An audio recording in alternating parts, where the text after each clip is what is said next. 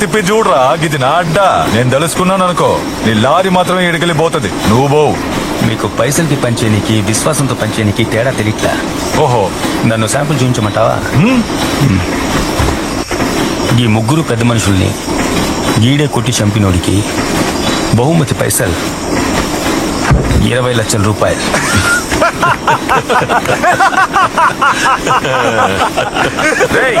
ఏడికొచ్చి ఏం మాట్లాడుతున్నావు? అన్నకాడ పైసల కోసం ఉన్నాను అనుకున్నావా? ఎన్ని సంవత్సరాలుగా ఉంటున్నానో తెలుసా? 30 లక్షల రూపాయలు. 30 లక్షలు ఇస్తే ఆయన మా అన్నరా? 40 లక్షల రూపాయలు. అన్నా ఏంటన్నా ఆడు మాట్లాడుతుంటే ఊరుకున్నావేంటన్నా? నువ్వు ఊరి ఒక్క మాట చెప్పు. 50 లక్షలు వచ్చి మారు. ఏంట్రా పెంచుకుంటూ పోతున్నావు? 60 లక్షల రూపాయలు. కొడితే రాగండి. నువ్వు సార్ ఉండే అన్నేదో చెప్తున్నాడుగా. 80 లక్షల రూపాయలు. 80 లక్షలా? రే జరగరా.